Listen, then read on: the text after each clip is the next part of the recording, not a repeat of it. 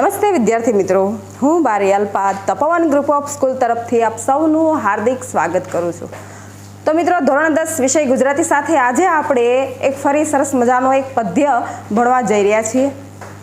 આજે પદ્ય જે ભણવા જઈ રહ્યા છે તેનો ક્રમ છે 13મો અને એમનું સરસ મજાનું શીર્ષક છે વતનથી વિદાય થતા। એક સરસ એવા કવિ છે જયંત પાઠક, જેમનું આ કાવ્ય છે। બહુ સરસ મજાનું આ કાવ્ય જાણે એવું લાગે છે કે જ્યારે આપણી પોતાની જ પરિસ્થિતિ હોય એવું સરસ મજાનું આ કાવ્ય છે। હવે જો શીર્ષક જોઈએ તો વતનથી વિદાય થતા। વતન એટલે કે જ્યાં એમનું જન્મ થયો છે, જ્યાં એનું શૈશવ વીત્યું છે, બાળપણ ઉછર્યું છે, મોટા થયા છે, બસ એવું સરસ મજાનું ગામડું। એવા સરસ મજાની ગામડાની આ વાત છે। લેખક નાનપણથી એવું કહેવાય છે આ સરસ મજાના ગામડામાં નાનાથી મોટા થયા છે અને જયંત પાઠક ફરી પાછા કોઈ શહેરમાં ધંધાકીય બાબતે જાય છે અને ત્યાં જતાં એમને ગામડામાંથી વિદાય થતા ગામડું એને કેવું લાગે છે, સમજ્યા? એવું સરસ મજાનું આ વાત છે। આમાં જોઈએ આગળ આપણે તો સૌ પ્રથમ પહેલાં એમનો પરિચય જોઈએ। વતનથી વિદાય થતા એટલે વતન શું? ગામ, બરોબર? વિદાય થવું, છોડવું, બરોબર? ગામને છોડવું એટલે કે વિદાય દેવી। શું દેવું? છોડવું અથવા વિદાય આપવી। હવે જો એમના લેખક સરસ મજાના જયંત પાઠક, જન્મ એમનો 20-10-1920, અવસાન એમનું 1-3-2003। જયંત હિંમતલાલ પાઠકનો જન્મ ગોઠ જિલ્લો પંચમહાલમાં થયો હતો, એટલે કે પંચમહાલ જિલ્લાના ગોઠમાં તેમનો જન્મ થયો હતો। ત્યારબાદ તેમણે દાહોદમાં અને સુરતની કોલેજમાં અધ્યાપક તરીકે કામગીરી કરી હતી। દાહોદ, સમજ્યા? પંચમહાલમાં ગુરુ ગોવિંદસિંહ યુનિવર્સિટી છે દાહોદમાં, અને ત્યારબાદ સુરતમાં આપણી વીર દક્ષિણ, સમજ્યા, નર્મદ યુનિવર્સિટી, તેમાં એને અધ્યાપક તરીકેનું કામ કર્યું હતું। મર્મર, સંકેત, વિસ્મય, મૃગ્યા, અનુનય વગેરે તેમના કવિતા સંગ્રહ છે। ક્ષણોમાં જીવું છું તેમની સમગ્ર કવિતાનો ગ્રંથ છે કે આ એમના કવિતા સંગ્રહો છે। કહ્યું તો કે મર્મર, સંકેત, વિસ્મય, મૃગ્યા, અનુનય, પણ આ બધી કવિતા ફક્ત એક જ ક્ષણોમાં જીવું છું એ એમનો સમગ્ર ગ્રંથ છે, સમજ્યા? બધી એમાં એને જોવા મળી છે। વનાંચલ તેમની નોંધપાત્ર સ્મરણ કથા છે। મિત્રો, આ ખાસ યાદ રાખજો, કારણ કે ટૂંકા પ્રશ્નમાં એ પૂછાય છે કે વનાંચલ કોનું છે? તો જયંત પાઠકનું। શું છે? સ્મરણ કથા, યાદ। સ્મરણ એટલે શું? યાદ। આધુનિક કવિતાના પ્રવાહ, આલોક, ભાવ્યત્રી, કિંપી દ્રવ્યમ એમના વિવેચન ગ્રંથો છે। તેમણે રણજીતરામ સુવર્ણચંદ્રક, ગુજરાત સાહિત્ય અકાદમી અને ગાંધીનગર સાહિત્ય અકાદમી દિલ્હી એવોર્ડ પણ પ્રાપ્ત થયા છે, કે એમના જે સાહિત્ય સંગ્રહ માટે એમને ઘણા બધા એવોર્ડથી નવાજવામાં આવ્યા છે, સમજ્યા? આગળ જોઈએ કે વર્ષો પછી વતનમાં ગયેલા કાવ્ય નાયકને વતનથી વિદાય થવાનું હોય છે ત્યારે અનુભવાતી પીડા આ સોનેટમાં વ્યક્ત કરી છે। ઘણા વર્ષો પછી જે વતન, ખેતર, કોતર, ડુંગર, નદી મળ્યા હતા તેમને છોડવાની ક્ષણ આવી ગઈ। જેમ ઢોર વેચાઈ ગયા પછી પોતાના મૂળ ઘરને ઝંખતું હોય એમ કવિ પોતાના મૂળ પરિવેશને ઝંખ્યા કરે છે। શું કરે છે? ઝંખ્યા કરે છે, યાદ કર્યા કરે છે। પગ ઉપડતા નથી, જેમ વહી ગયેલું પાણી પાછું આવતું નથી એમ વહી ગયેલો સમય પણ પાછો આવતો નથી। એક કૂતરો પણ થોડી વારમાં પાછળ આવીને એની હદ પૂરી થતા પાછો વળી જાય છે। એ સ્વાભાવિકતા ભર્યું આલેખન થયું છે। અંતે કાવ્ય નાયકને ભ્રમ થાય છે કે જેમ બાળક રિસાઈ ગયેલા એમની માં એને પાછું બોલાવતી હોય એમ એમને થાય છે, પણ માત્ર એ તો એમની ભ્રમણા હતી, હકીકત નહીં। આમ વતન વિચ્છેદને કારણે અનુભવાતી કરુણતાને ખૂબ સુંદર રીતે કવિએ આ સોનેટમાં મૂકી આપી છે કે એને સરસ મજાનું જે આપણા વતનથી, સમજ્યા, અલગ થતા હોય, જુદા પડતા હોય એ એના સરસ મજાનું એક આ સોનેટ છે। હવે જુઓ કે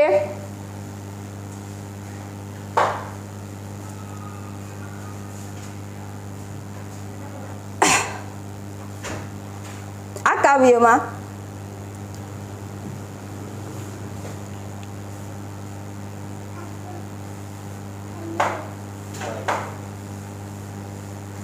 એવું કહેવાય છે કે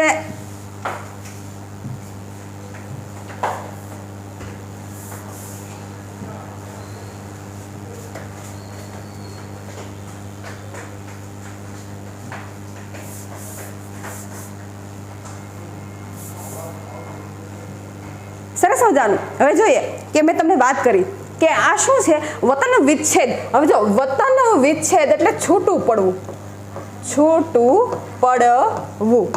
હવે પહેલી વસ્તુ સરસ મજાની કે આ એક સોનેટ છે. શું છે? સોનેટ. હવે જો સોનેટ છે, આનો સાહિત્ય પ્રકાર કેવો છે? સોનેટ. સોનેટ મેં તમને પહેલી વાર કીધું હતું કે સોનેટ ક્યાંનું છે? ઇટાલીનું. ક્યાંનું? ઇટાલીનું. આ ઇટાલીનો એટલે કે ઇટાલીનું સાહિત્ય પ્રકાર છે, આપણો નથી. શું છે? ઇટાલીનું. કે ત્યાંના જે દાંતે નામના કવિ હતા. કોણ હતા? કે દાંતે.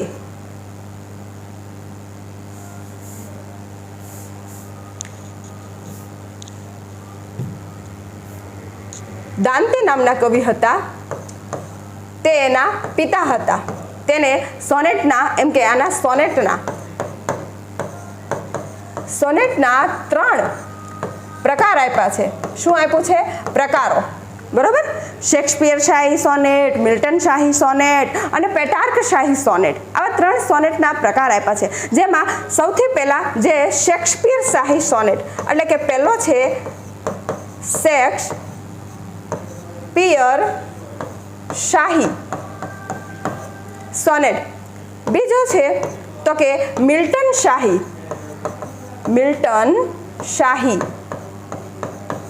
સોનેટ. અને ત્રીજો છે પેટાર્ક શાહી સોનેટ. હવે જો કે આ 3 સોનેટના એને પ્રકારો આપ્યા છે, જેમાંનું તમને આ છે. પહેલું તો એ જોઈએ કે સોનેટ એટલે શું? તો કે સોનેટ એટલે 14 પંક્તિનું બંધારણ. 14 પંક્તિનું એમ કહેવાય છે કે પંક્તિનું બંધારણ. સમજા? 14 પંક્તિનું બંધારણ. હવે જો આ 14 પંક્તિ છે, પણ એને સરસ મજાની વાત કરી છે કે 14 પંક્તિનું બંધારણ આપ્યું એટલે એ કઈ પ્રકારનું બંધારણ હોય. તો કે જો ભાઈ અહીંયા આપણે જોઈએ કે સૌથી પહેલા શેક્સપિયર શાહી સોનેટ એટલે કે જે પહેલો પ્રકાર છે. સમજ્યા? શેક્સપિયર શાહી સોનેટ. હવે જો એમાં શું છે તો એનું બંધારણ આવું છે 4+4+4+2 બરાબર 14. સમજ્યા? 14 એટલે કે 14 4 4 2 8 4 13 12 ને 13 ને 14. બરાબર. પછી મિલ્ટન શાહી સોનેટ છે તો એમાં શું છે 12+2 બરાબર 14. ત્યાર પછી તો કે 8+4+2 બરાબર 14 થઈ ગયું. તો આવી રીતે એની ગણતરી છે. તો આપણો જે આ છે એ આ પ્રકાર છે સોનેટ કે 4+4+2. બરાબર કે 4+4+2 એટલે કયા પ્રકારનું સોનેટ થઈ ગયું? તમને ખ્યાલ આવી ગયો? શેક્સપિયર શાહી સોનેટ થઈ ગયું. સમજાણું તમને કે સોનેટના પ્રકારોમાં અને વળી કેટલી પંક્તિઓ છે? તો 14 પંક્તિ કે જે 4+4+4 4 તેરી 12 અને ઉપર 2 એટલે કે એ શેક્સપિયર શાહી સોનેટ થઈ ગયું. 14 પંક્તિનું બંધારણ. તો તમને ખ્યાલ આવશે કે સોનેટ એ ઇટાલીનો સાહિત્ય પ્રકાર છે. એમના પિતા દાંતે છે જેમણે 3 પ્રકારો આપ્યા છે. સમજા? શેક્સપિયર, વળી મિલ્ટન અને પેટાર્ક. તો જે શેક્સપિયર છે એ 4+4+2 છે તો એ 14 એટલે 14 એટલે સોનેટનું બંધારણ. તો તમને ખ્યાલ આવી ગયો ને કે આ તમારું સોનેટનું બંધારણ છે. આગળ જોઈએ તમારું સરસ મજાનું કાવ્ય કે એ મૂક્યું વન એ મૂક્યા જન ઘણે વર્ષે મળ્યા જે ક્ષણ મૂક્યા ડુંગર ને નદી વતનના એ કોતરો ને ખેતર આંખો બે રહી ભાળતી વળી વળી પાછી બીડ્યું એ ઘર વેચાઈ ગયું ઢોર જેમ તલખે કોઢાર છોડ્યું ધણ. કેડી આગળ જાય પાય અવળા કેમ કરી ઉપડે, આખો જાય ભરાય વાટ તરુરી ડાળી નડે, કે સરસ મજાના આખો જાય ભરાય વાટ તરુની કાટાળી ડાળી નડે, હૈયું ઉજરડાય રક્ત ટસિયા ફૂટે ધીમેથી જમે, આગે વેકુરની નદીની હજીએ આ આંગળીઓ રમે, ચાલો જીવ જવાનું આગળ નહીં આ કાળના વેણમાં, પાછા ઉપરવાસ શક્ય વહેવું પાણી લૂછો નેણના, ભારો નહીં ભૂતનો શિરે વણ પૂછીએ શા વેઠિયા ચાલવું, સાથે શ્વાન પૂરી થતા હદ હવે એને પાછા જવું, આઘે ખેતર જવું બેકર કરી ઊંચા મને વારતી, એ મારી ભ્રમણા અરીસા શિશુને બોલાવતી બા હતી. જો મિત્રો ખાસ એટલે યાદ રાખો, સોનેટની અંદર જ્યારે 12 પંક્તિ સુધી એ કાવ્યનો સાર રમતો હોય છે, છેલ્લે 2 પંક્તિમાં આખા કાવ્યનો અંત એમને આપવામાં આવે છે. તો મિત્રો પહેલું કે લેખક એમ કહે છે કે મેં તમને સરસ મજાની વાત કરી કે આ જે કાવ્ય છે એ લેખક બાળપણથી જે એમ કહેવાય છે એનું બાળપણ, એનો જન્મ એક સરસ મજાના ગામડામાં થયો હતો, જ્યાં એવું સરસ મજાનું ગામડું કે નદીનો કિનારો છે, સરસ ગામના લોકો એવા, તો ત્યાં એનો જન્મ થયો, જ્યાં એમનું શૈશવ બાળપણ વીત્યું છે. એ ઉપરાંત જ્યારે મોટા થયા છે તો કોઈ ધંધાર્થે એમને શહેર તરફ જવાનું થયું છે. શહેર તરફ જાય છે અને વળી શહેરથી ઘણા વર્ષે પાછા એ ગામમાં આવે છે. એટલે ફરી પેલો એનો ભૂતકાળ જે નાનપણથી માંડી યુવાવસ્થા વિતાવેલો એ કાળ એમની યાદ આવે છે. એ ગામની યાદ, ગામના લોકો, એમના ડુંગર, સીમ, ખેતરો, નદીઓ, નાળા, કોતરો વગેરે બધું એમને યાદ આવે છે. એમને ફરી પાછું એમનું બાળપણનું ભૂતકાળ તાજું થાય છે. પણ અચાનક ફરી પાછું એને શહેર તરફ જવાનું થાય છે, અને શહેર તરફ જાય છે ત્યારે એમ કહેવાય છે કે એને આ સઘળું છોડતા દુઃખ થાય છે. શહેર જવું એને ગમતું નથી, પણ ધંધાર્થે જેમ બરોબર એવું લાગે આપણી પરિસ્થિતિ કે આપણે સરસ મજાના આપણું વતન તો ગામડું છે, ત્યાંથી આપણે અહીંયા સુરત શું લેવા આવ્યા છે? ધંધાર્થે આવ્યા છે. આપણે નહીં તો આપણા પિતા નહીં તો એના પિતા, દાદા, પડદાદા વગેરે બધાય કોઈ ધંધાર્થે જ આપણે આ શહેરમાં આવ્યા છે. આ શહેર આપણું પોતાનું નથી, બરાબર? આપણું ગામ, જે આપણું જન્મભૂમિ, આપણું ગામ, આપણું વતન, સમજ્યા, છોડીને આપણે કામ માટે આવ્યા છે. કારણ કે ત્યાં તો જમીન, ખેતી, જાગીર એના સિવાય બીજો કશો ધંધો કે વ્યવસાય નથી, જેના કારણે શહેર તરફ વળવું પડે છે. તો એવી જ રીતે આપણે એમ કહું છું કે આપણી જે પરિસ્થિતિ છે, આપણી જે એવું લાગે વ્યથા છે, આપણું જ હોય એવું આ કાવ્યમાં લેખકે બરોબર દર્શાવ્યું છે. જોઈએ આગળ કે લેખક, મેં તમને વાત કરી ને કે શહેર આવ્યા છે, શહેરથી પાછા ગામડે આવ્યા છે, અને હવે પાછા એ શહેર તરફ જવાનું થયું છે. એટલે શહેર તરફ જાય છે એ સમયે જે એને થતી વિદાય, દુઃખ, પીડા, વતન છોડતા, સમજ્યા, વતનથી વિદાય થાય છે ને ત્યારે એને થતી પીડા સરસ મજાના આ સોનેટમાં આલેખી છે. લેખક બરોબર શહેર તરફ વળે છે ત્યારે એ શું કરે છે તો કે શહેર તરફ વળતા એમ કે છે કે એ મૂક્યું વન, સમજ્યા, એ મૂક્યું, એ એટલે કયું? પહેલું જે નાનપણ વીત્યું હતું એ વનમાં ઈ રમ્યા હતા મિત્રો સાથે, એ વન એના ગામડાનું. એટલે એમ કે છે એ મૂક્યું વન, સમજ્યા, ઓલું પેલું કે હવે શહેર તરફ જાઉં છું, પેલું મારું વન મૂક્યું છે. એ મૂક્યા જન એટલે શું? માણસ.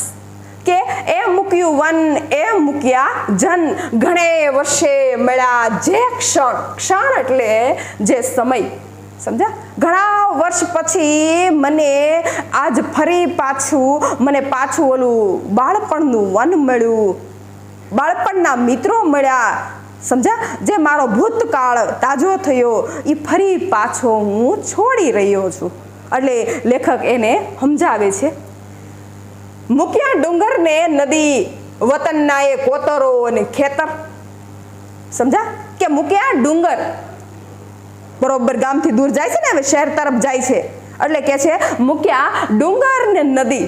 જે ઓલા ડુંગરમાં ગૌધણ ચરાવતા હતા, મિત્રો સાથે ત્યાં રમતા હતા, સમજ્યા, નાના નાના ટોળ ટપ્પા કે વગેરે એ ધાર ઉપર, ડુંગર ઉપર ભમતા હતા.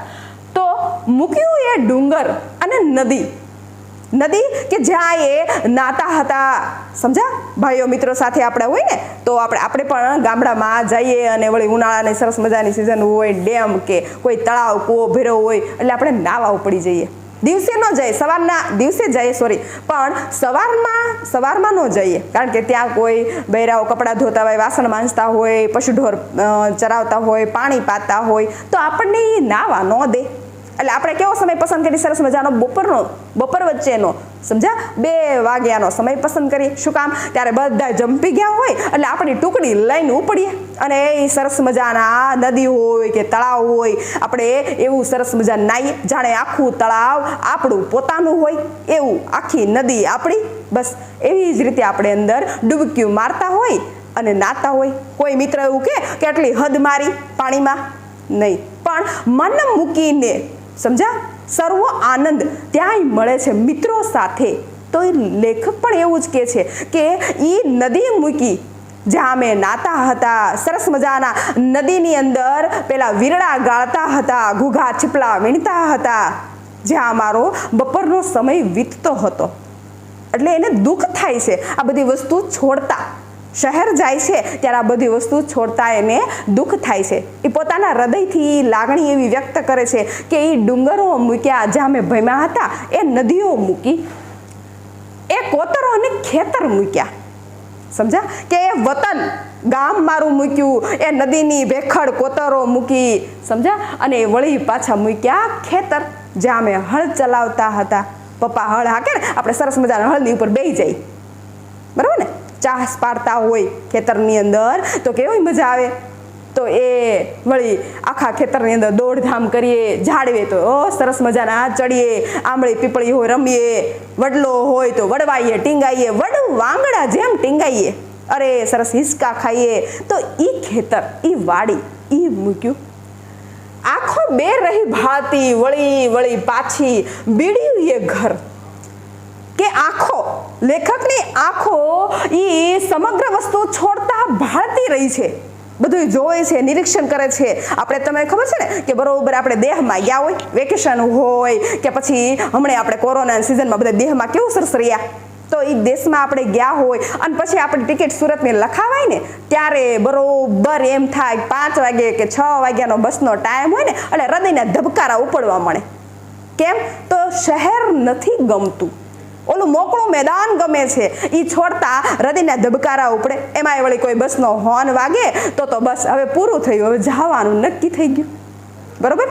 અને એ પહેલા તો આપણે ટિકિટ લખાવવાનું પપ્પા આપણે પૂછે ને કે બેટા આજ નહીં કરવું, તો આપણે નહીં, કાલની રાખજો પપ્પા, આજનો એક દી રેવા દો ને, કાલ રાખજો ને. કેવું સરસ બાનું બતાવીએ છીએ. શું કામ? તો કે આપણું જે વતન છે એ ગમે છે, ત્યાંની હવા, પાણી, લોકો, આ બધું, સમજા, એ ગમે છે. એટલે વળી બસ આવે છે અને બસમાં બેસીએ અને આગળ જઈએ ત્યારે આપણે કેવું જોતા હોય ખબર? બારીની બહાર એટલું જ જોતા હોય, એ મારું ગામ ગયું, એ મારી ગામની હદ પૂરી થઈ, આપણે એવું જ જોતા હોય. વળી પાછું એમ થાય કે હજી તો 5 કિલોમીટર આઘું ગયું છે, બહુ જાજુ નથી ગયું, જો ઊભા રાખી પાછા હાલીને વયા જઈ.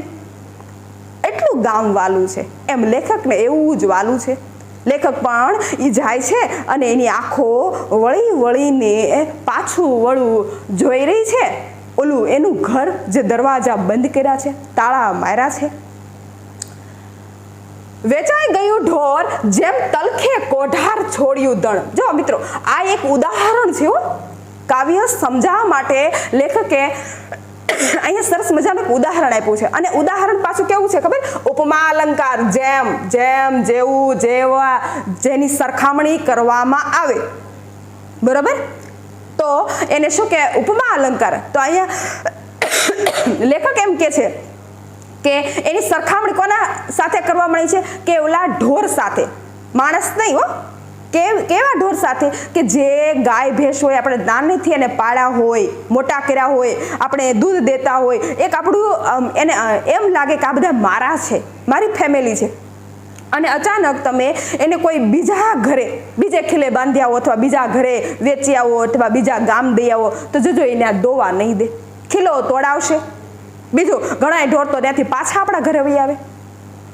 એટલે એને સરસ મજાના એ ઉદાહરણ દ્વારા સમજાવ્યું છે કે વેચાઈ ગયું ઢોર કે જેમ નાનેથી ઢોરને મોટું કર્યું હોય અને એ ઢોરને આપણે બીજાના વેચી દે બીજાને ત્યાં તો એ શું તલખે કોઢાર એટલે શું ગમાણ સમજ્યા શું કહેવાય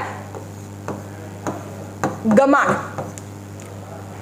ગમાણ તલખે છે તલખવું એટલે તડપવું તડપવું સમજ્યા ધણ એટલે કોઈ ગૌધન કે જેમ કોઈ ગાય હોય ગાય ભેંસને કોઈ ગોવાળ છે ચરાવવા લઈ ગયો હોય ડુંગરમાં તો 5 વાગે સંધ્યાનું ટાણું 5:30 થાય ત્યાં તો ઈ તમે ગમે એટલો ગોવાળ રોકે ને છતાં ઈ ગાયો ચાલીને આવીને ખીલે ઊભી રહી જાય બરોબર એટલે લેખક એમ કે છે કે ઈ એને ખબર પડે છે એના ઘરે સ્થળે આવીને ઊભી રહી જાય છે જેમ કોઈ નાનેથી ગૌધણ કે ગાયું ભેંસને મોટી કરી હોય બીજા ખીલે બાંધ્યા હોય તોય પોતાના જે જૂનો ખીલો છે તલખે છે એમ મારી પીડા મારી વ્યથા થાય છે કેડી આગળ જાય પાય અવળા કેમ કરી ઉપડે આ તમને મેં કીધું ને આ શું છે ઉપમા અલંકાર કેવો અલંકાર ઉપમા અલંકાર શું કામ તો કે એની હારે સરખામણી કરી છે એટલે એને ઉપમા અલંકાર કીધું આગળ જોઈએ કેડી આગળ જાય પાય અવળા કેમ કરી ઉપડે ઉપડવું એટલે ચાલવું બરોબર પાય એટલે પગ શું થાય પગ એટલે કે લેખક એમ કે છે કે મારી જે કેડી છે રસ્તો છે ગામથી શહેર તરફ જાય છે હું પણ એ તરફ જવા જઈ રહ્યો છું પણ મારા પગ છે ફરી પાછા ગામ તરફ વળે છે પાછા વળે છે સમજા શહેર તરફ જવા માટે ઉપડતા નથી જેમ કે મારું ગામ હું અહીંયાથી શહેર તરફ સામે જતી હોય ગામ પાછળ વહી જતું હોય પણ મારું હૃદય છે એ મને ક્યાં વાળે છે ગામ તરફ વાળે છે શેરી એટલે કે જે રસ્તો છે એ આગળ શહેર તરફ જાય છે જવાનું છે આગળ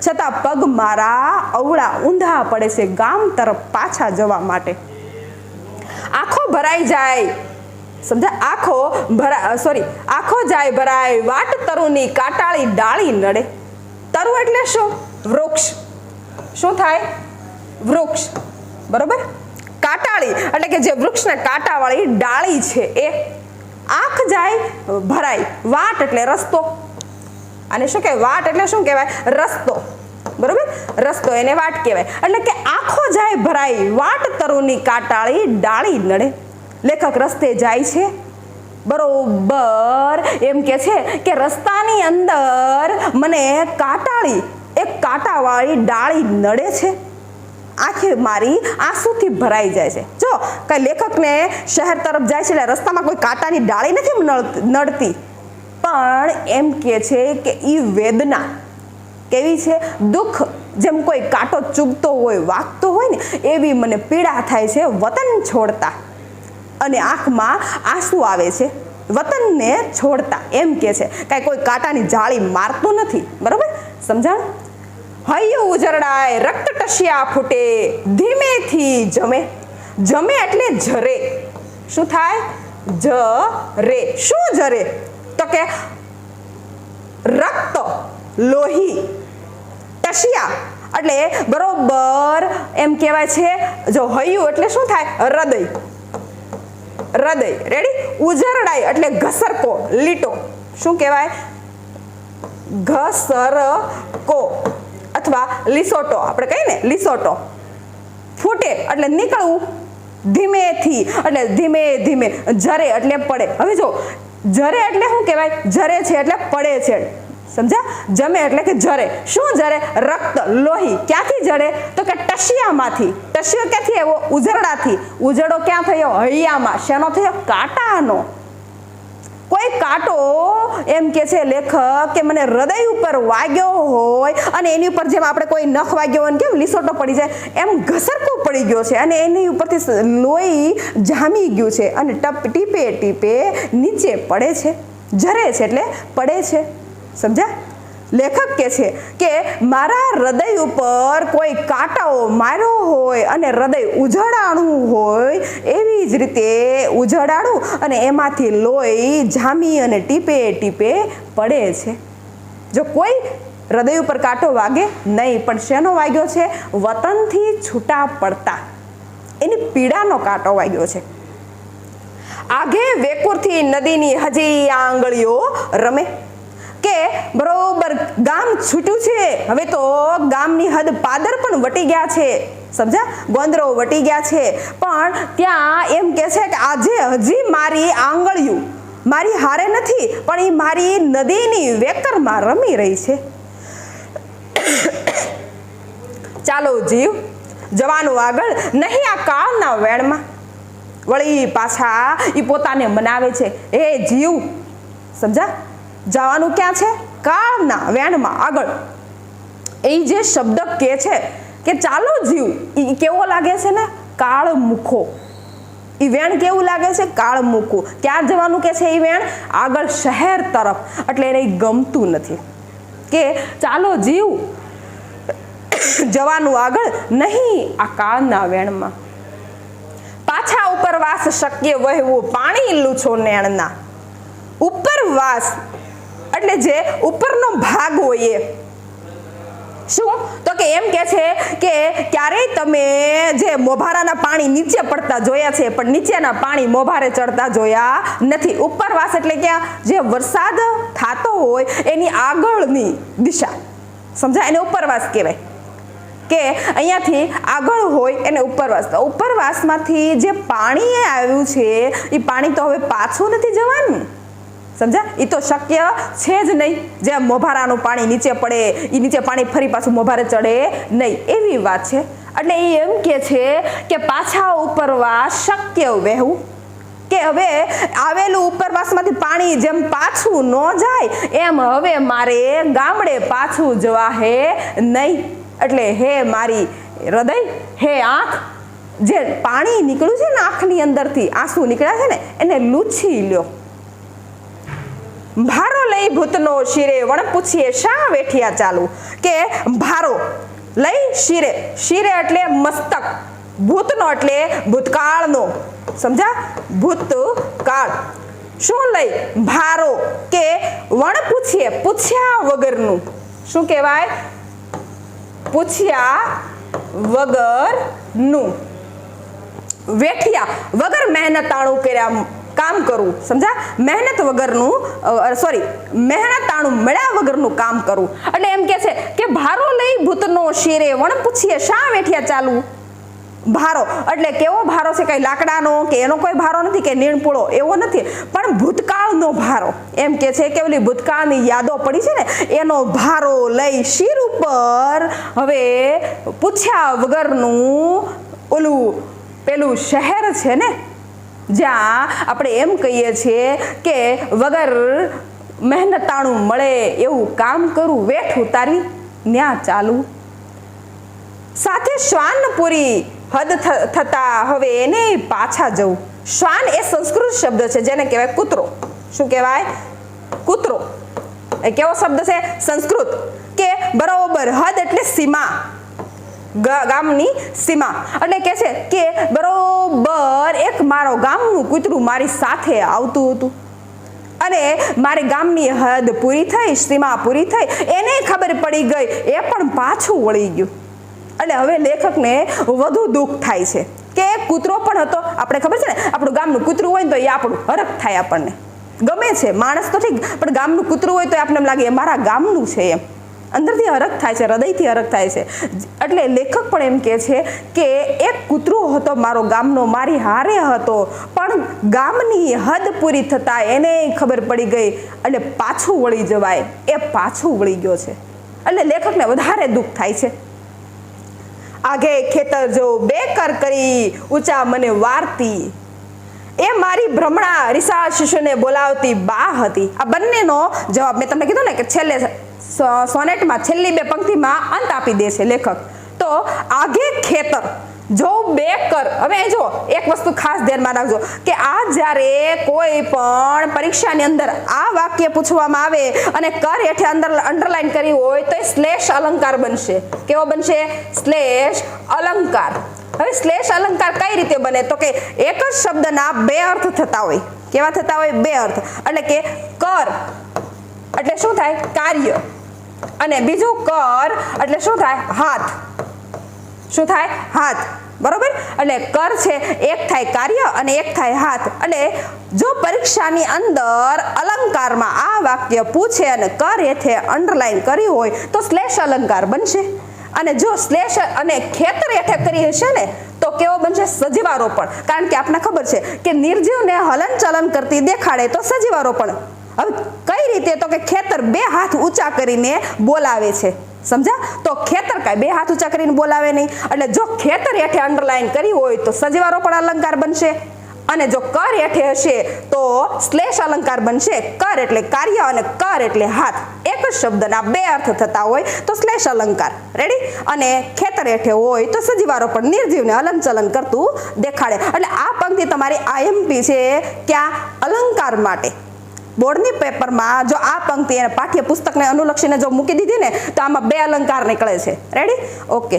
તો એને એમ કીધું, આઘે ખેતર જવું બે કર કરી ઊંચા મને વારતી એ મારી ભ્રમણા. ભ્રમણા એટલે વેમ. સાદી ભાષામાં કહીને વેમ. સમજા?